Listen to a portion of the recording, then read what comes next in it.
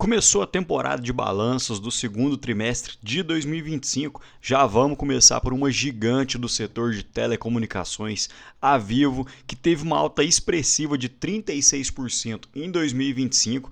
E após esses resultados, será que o preço da ação encontra-se esticada ou ainda dá para comprar? Vamos falar também dos proventos da Vivo. Olá pessoal, meu nome é Rafael, falo do canal Ponto de Investimentos. Sem enrolação, bora lá? Falando um pouco dos destaques do segundo TRI de 2025, em acessos móveis pós-pago, 68,5 milhões, que foi uma alta de 7% ano contra ano. Casas conectadas com fibra, 7,4 milhões, alta de 12,6%. Na receita total, um incremento de 7,1%.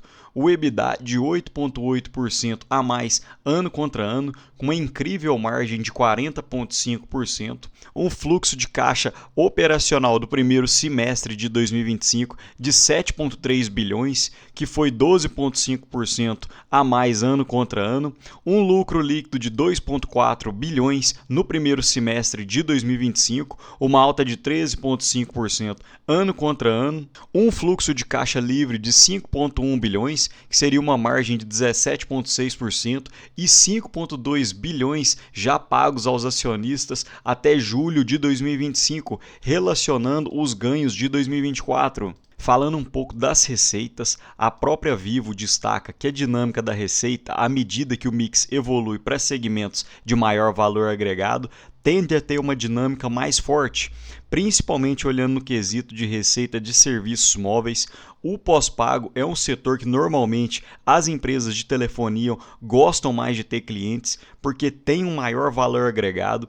Então a Vivo cresceu em 10,9% e em pré-pago 10,6% de queda. Então normalmente as empresas desse segmento preferem ter maior clientes no pós-pago, visto que é uma receita recorrente. Todos os meses a gente acaba pagando um determinado valor fixo que vem já na nossa conta de energia, enquanto o setor pré-pago você coloca uma determinada quantia de crédito e muitas vezes depois você nem mesmo renova.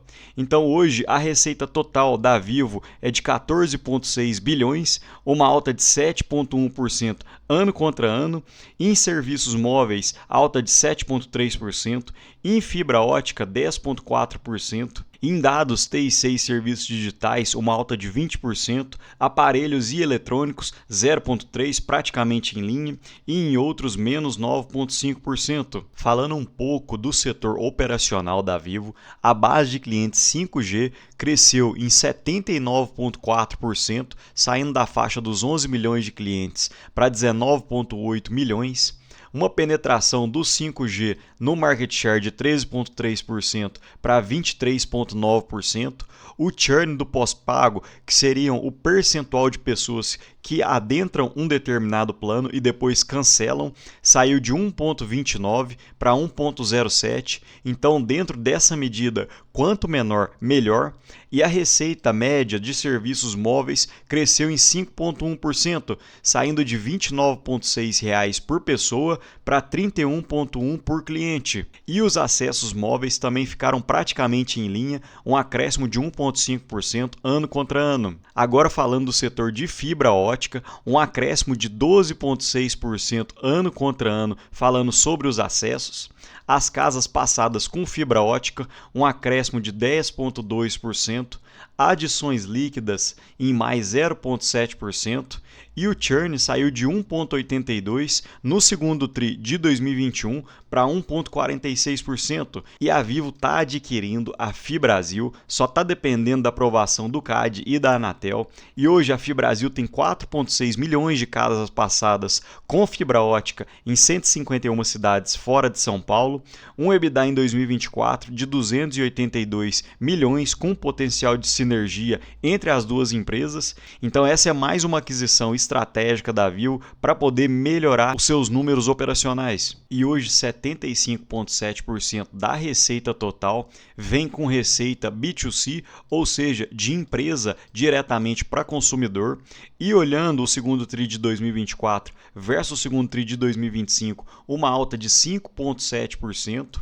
3% da receita total vem de B2C para novos negócios, que houve uma alta de 14,8%. E a receita por mês de cada CPF saiu de R$ 60,6 para R$ 63,7. Então houve uma alta expressiva olhando por esse indicador. Agora falando da receita B2B, ou seja, business to business, de empresa para empresa, é responsável por 22,1% da receita total e houve um crescimento de 13,3% ano contra ano.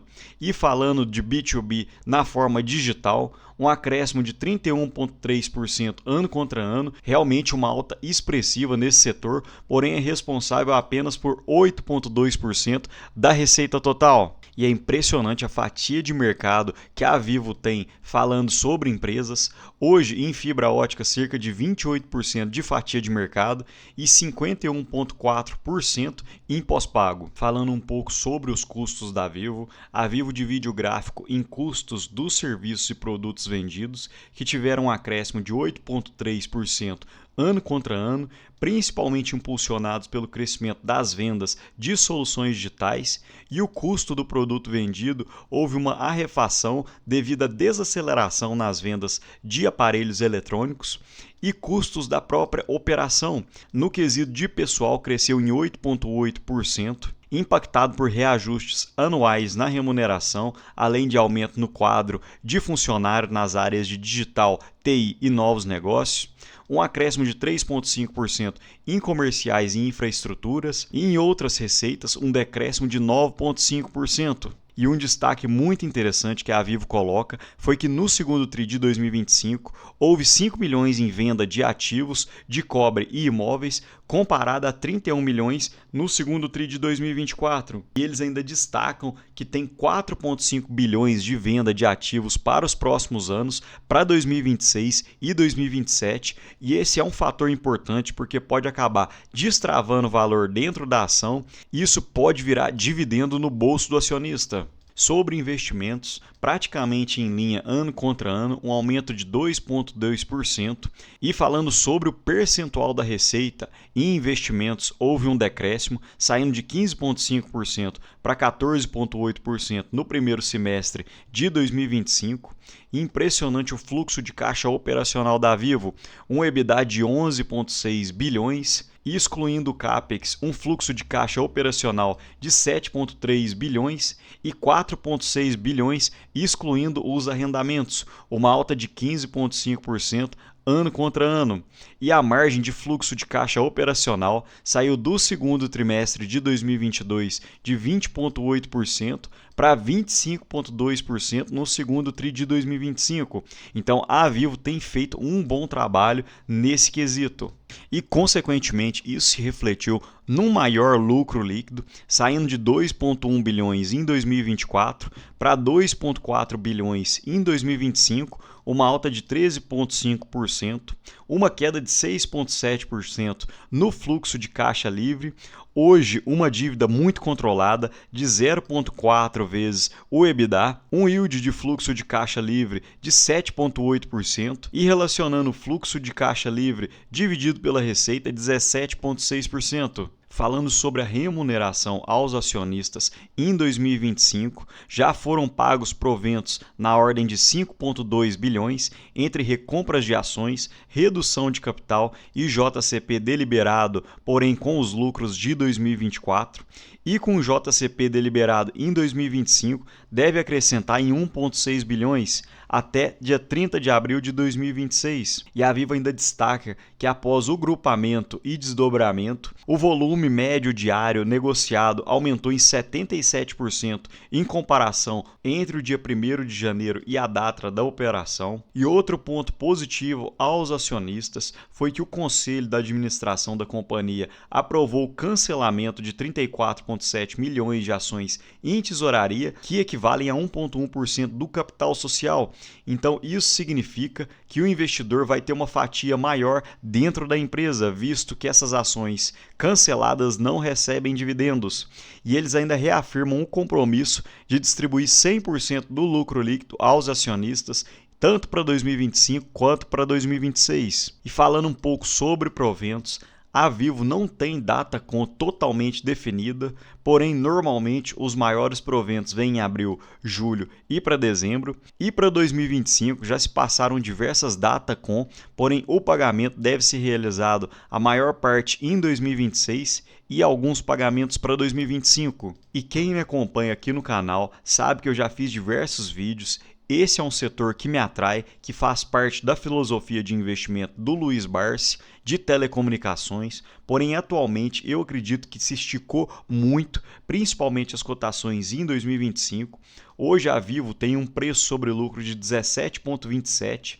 Então, se a gente for calcular o earning yield, que é 1 dividido por 17,27, daria um dividend yield máximo na casa dos 5,8%. E ainda o preço sobre lucro encontra-se maior do que a média dos últimos 10 anos. Então, eu acredito que esse setor realmente voou em 2025 e ele já se esticou demais, pelo menos na minha opinião. E esse é um setor que é difícil encontrar bons momentos de aporte, visto que a maior parte do tempo a ação fica com um PL muito esticado. Percebam que sempre fica com esse PL na faixa dos 14, 13, 16, algumas vezes chega a bater PL de 30, 25 vezes. E em poucos momentos você consegue pegar um preço sobre lucro na casa dos 12, 10, 11 vezes. Percebam que nos últimos 20 anos o PL da Vivo ficou sempre nessa faixa mais alta e até mesmo em 2022, que parece que o PL foi para 6, porém isso não é totalmente verdade, visto que foi um não recorrente, o reconhecimento de um crédito fiscal na casa dos 1,4 milhões, e se não houvesse esse não recorrente, a Vivo continuaria com esse preço sobre lucro na faixa dos 14. Então é por isso que eu não tenho investido nesse tipo de empresa. É uma empresa que o pessoal normalmente brinca que é uma empresa premium, justamente porque o mercado não deixa ela com cotações baixas, e percebam que a Vivo tem entregue resultado ano contra ano. Consequentemente, isso acaba se refletindo no preço da cotação. E eu sempre gosto de mostrar para vocês como que encontra-se o gráfico de lucro versus cotação, porque eles acabam se relacionando e hoje a Vivo tem uma simetria inversa, onde a cotação explodiu e os lucros nem cresceram tanto assim. Então, hora ou outra, caso o lucro não acompanhe a cotação, pode haver uma correção e a cotação pode descer um pouco mais. E para ilustrar, a Vivo cresceu 35% em 2025, justamente por isso eu não tenho aportado na empresa hoje e eu acredito que existem diversas outras empresas com preços mais atrativos. Falando um pouco sobre esse resultado do segundo TRI de 2025, o lucro por ação, que era a previsão do mercado, seria de 0,44, porém o reportado foi de 0,42. Eu estou fazendo esse vídeo logo após a divulgação dos resultados. Vamos acompanhar durante o dia hoje para ver como que vai se comportar a cotação da Vivo. Falando um pouco da minha planilha pessoal, hoje a Vivo encontra-se num preço sobre valor patrimonial de 1,42, com um lucro projetado na casa dos 6 bilhões, teria um PL de 16,49, o que são 13,7% acima dos últimos 10 anos. E com um payout projetado de 100%, a Vivo poderia pagar cerca de 6% de dividend yield bruto. E olhando para a renda fixa, a NTN-B do Tesouro Direto 2035, não valeria muito a pena investir na Vivo hoje. Com essa rentabilidade e com esse dividend yield, não teria atração. Mas me conta aqui, pessoal, vocês têm alguma empresa de telecomunicações na carteira? Estão de olho em alguma delas? Agora vão começar os resultados do segundo TRI de 2025 e eu vou trazer os balanços sempre completos para vocês. No mais, deixo um ótimo dia e um abraço.